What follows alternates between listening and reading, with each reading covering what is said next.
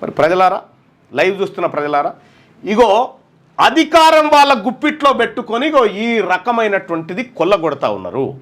అందుకోసమే ఈ రాష్ట్రంలో మనమేమో బిచ్చం వేసే కాడ, బిచ్చం అందుకునే కాడ ఈయన 1000 రూపాయలు ఇస్తాడు, ఈయన 2000 రూపాయలు ఇస్తాడు, పెద్ద కొడుకు చిన్న కొడుకు అనుకుంటా మనం ఉంటే, ఇటు కేసీఆర్ ప్రభుత్వం ఇటు కాంగ్రెస్ ప్రభుత్వం 2 వెలమలు రెడ్లు కలిసి ఇగో ఈ రకమైనట్టు, ఇది చిన్నది, ఇంకా షాకింగ్ ఫ్యాక్ట్స్ ఉన్నాయి, చాలా ఇంకా అనుబాంబులు ఉన్నాయి వీళ్ళు చేసినాయి.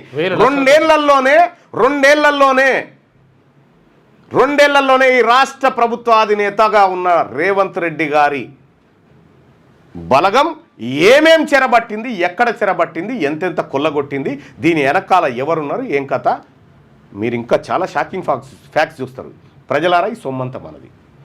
ఇందులో 7,681 కోట్లలో 62% బీసీల సొమ్ము, 18% ఎస్సీల సొమ్ము, ఇందులో 10%, 9.5% ఎస్టీల సొమ్ము. మన సొమ్మును వీళ్ళకు దారాదత్తం చేస్తూ ఉన్నారు.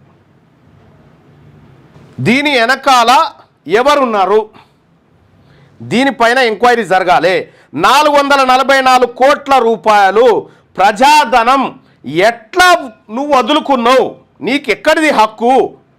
Huge financial scam involving former MP Ranjith Reddy.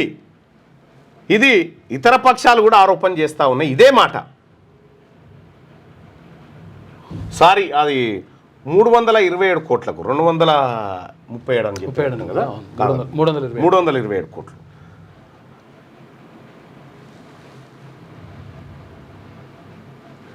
మీ కంపెనీలు, వీళ్ళ కంపెనీల అడ్రస్లు అన్నీ ఒక్క దగ్గరనే ఉంటాయి, మీరు చూసుకోరు. ఇగో హ్యూజ్ ఫైనాన్షియల్ స్కామ్, డెక్కన్ క్రానికల్లో వచ్చింది ఇది.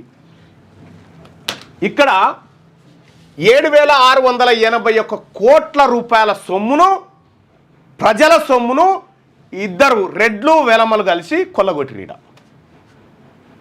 ఇది ఎవరికి పోతుంది పరోక్షంగా? ఇందులోకి 3వ కంపెనీ ఎంటర్ అవుతుందిగా, అప్పుడు దిగుతుంది అన్న, ఒక్కడే మన అన్న, అప్పుడు దిగుతుంది ఆ కథ. సో దీనిపైన సమగ్రమైనటువంటి ఎంక్వైరీ జరగాల్సిందే.